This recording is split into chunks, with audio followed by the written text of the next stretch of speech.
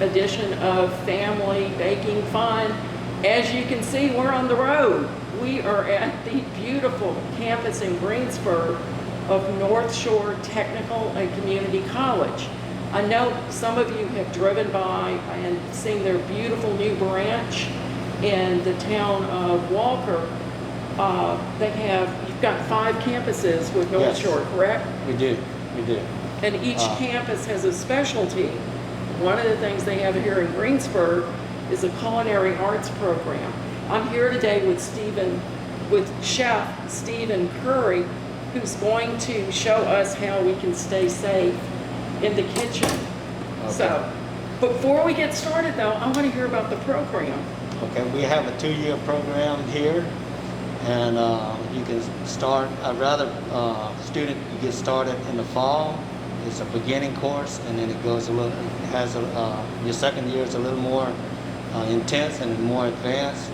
But we touch up on everything, Charlotte. We have, from sanitation with safety and all this here. We teach people how to use their equipment to be able to use it properly without destroying it or hurting themselves. And we also go into different things of cooking, different methods, different food, meat, fruits, and all that, and baking. So we touch a little bit of everything, but we just don't specialize in one thing here. I understand that you got to go to someplace special this week. Yes, we went to the state capitol and we served for the senator. After they had finished their session, they came over and we were one of the college that was invited to come and serve. We served them crab cake with corn sauce. Whoa, got to get the recipe.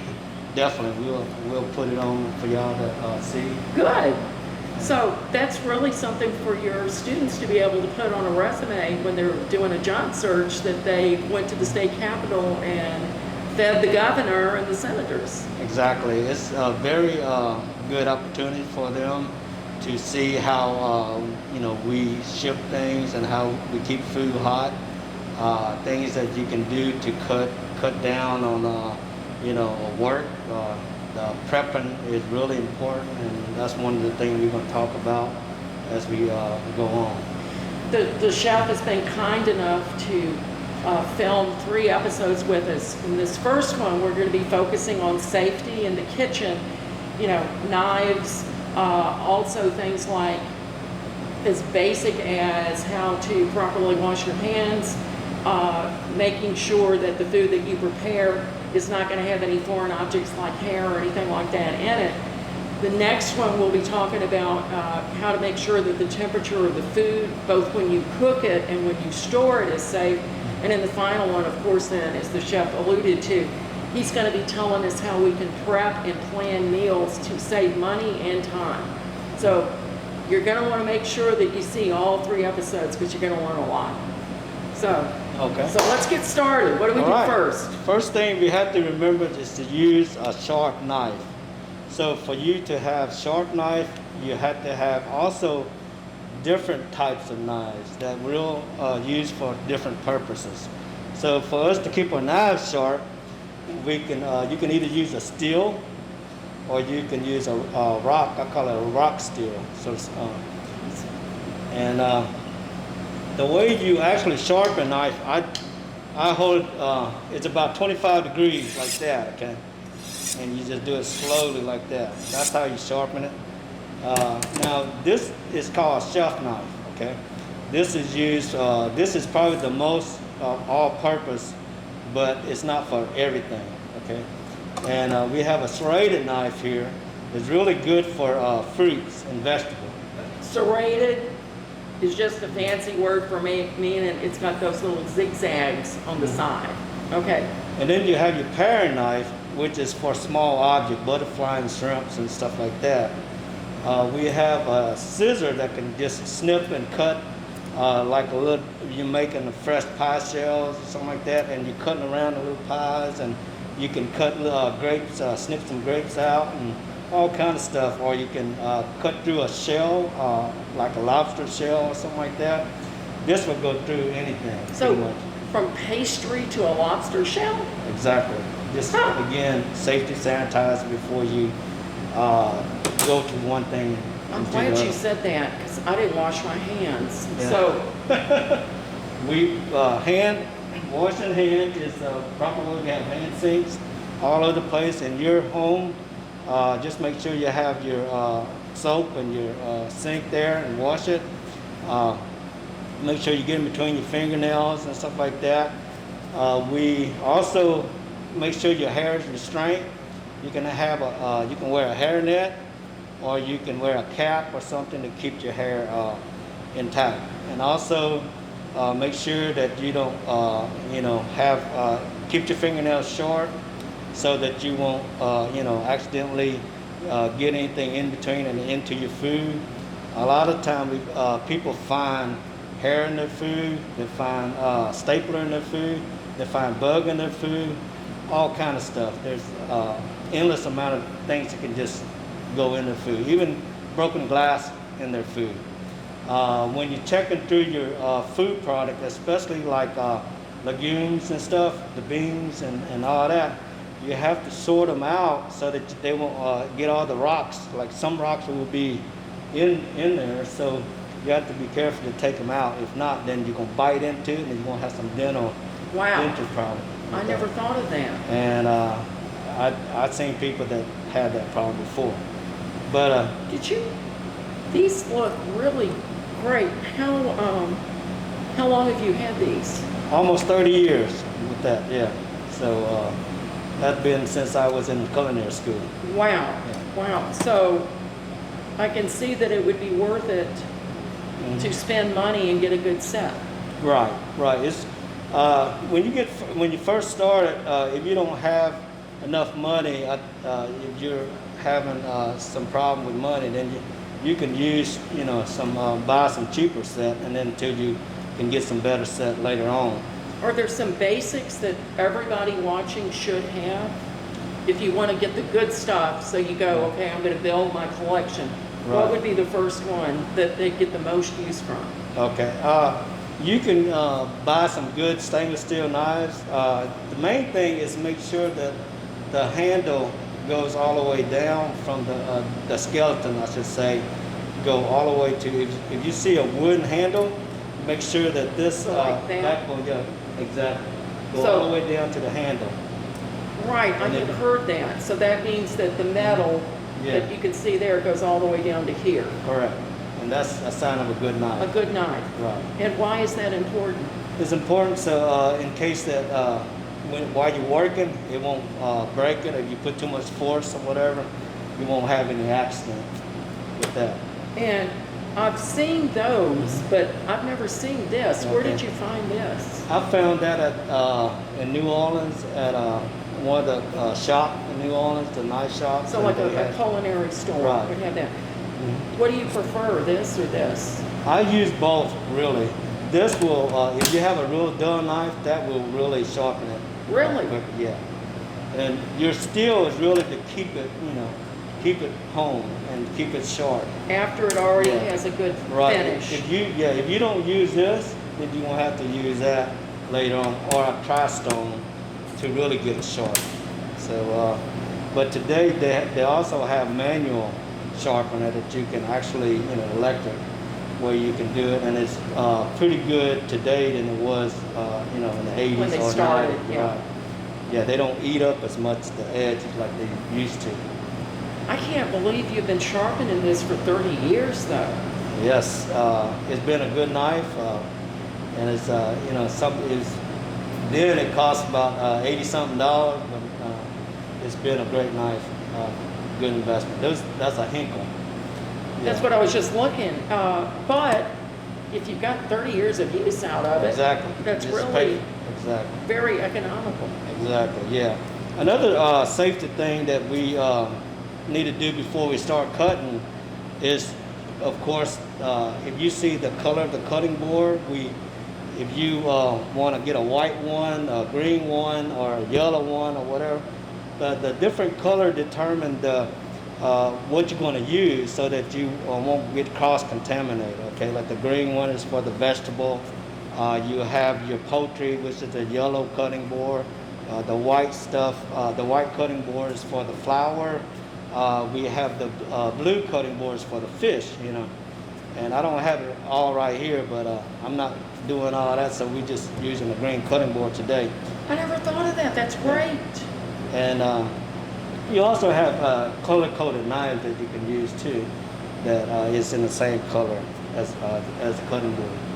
But the main thing is to have your some type of chick towels or just a wet towel before you get started to set your cutting board on so that it won't, you know, slide. So if you're cutting and if it slides, that's a hazard, you know. Yeah. So you don't want your cutting board to be sliding everywhere. And so another thing, when you're cutting onion or anything else, you just you know, make sure. I use the claw, what they call the claw method. Okay. You know, and what it does is I'm gonna cut this off 1 second. We'll do one onion and let you see how I do it. And the reason I'm using onions because this is what the majority of things goes into your food. Okay. So pretty much I got all the dead shell off the top of it. I usually leave this intact, the back, the root part, to hold it together. But the main thing here, when you're dicing this, I usually just, see the claw method I'm talking about? You use your knuckle to keep the knife stable. Okay, it's sliding down that. Right, Like so that. that, and then your finger is underneath that knuckle. All these other fingers are shorter, and this finger is longer, so you use that knuckle and the longer finger as a guide. Okay, so there is a little awkward at first, but once you teach yourself how to do that, and then you go the crossway like this, and you can actually do it this way, you know. So you just have to be careful.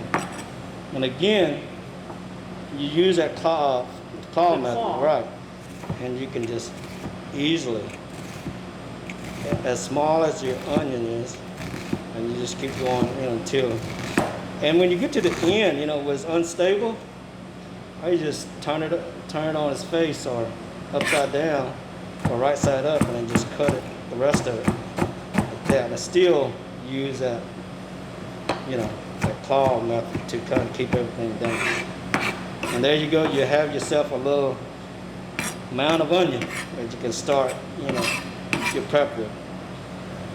So that's a good way of learning how to, you know, practice.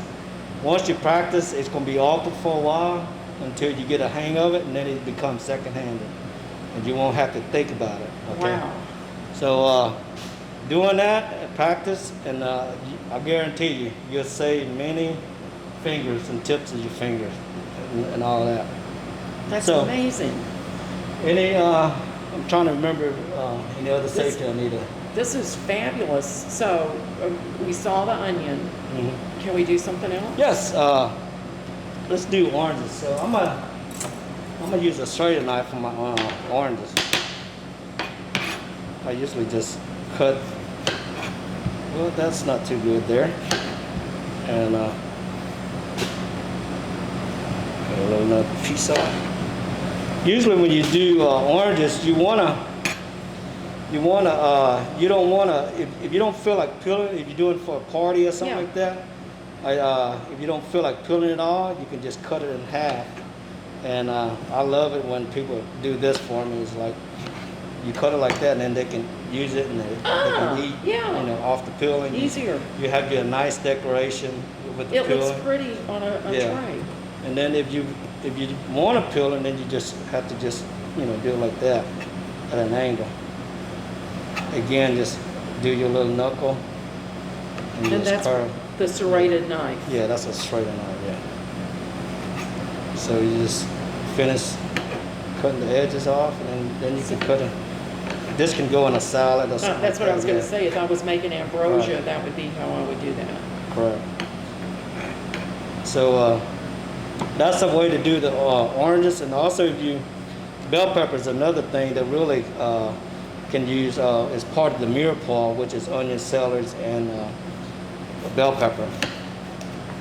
Referred to by some as the Trinity. Yeah, the trim, exactly. So you just cut both end off. You can just cut it in half and then just trim. You can use your little paring knife for this since it's smaller, and you just trim that off like so. You can julienne this, or you can dice it however you want. And julienne is? Yes, julienne is, you can julienne it this way. Long skinny strips. Yeah, like French fries, okay? Or the long way. So you have the two different types there. This is a little more curvy, yeah. And then, of course, you're gonna dice it. You would do it the same way. And then you just kind of, again, the claw. The claw.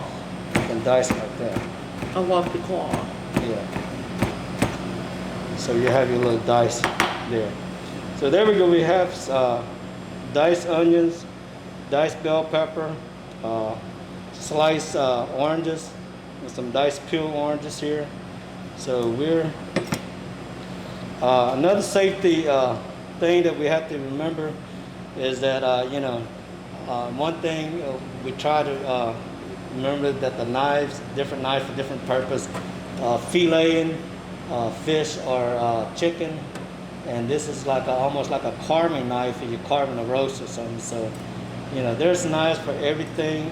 They also have a scimitar, which is like for steaks and stuff. So there's so many different knives that I don't even have out here. But if you're doing a lot of certain things, it's good to get the right knives for the right purpose, and that will help your safety. And again, washing your hand, hairnet, and all those other. And before you start any different, if you're going from poultry to vegetable or back to poultry, whatever, wash and sanitize your cutting board, and don't forget your knives also.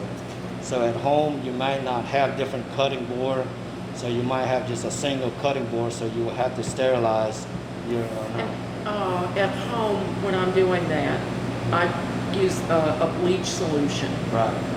And just pour it down thoroughly and then rinse it with water. Is that okay, or is there a better way to do it? You just mix like 1 tablespoon for like a quart of water.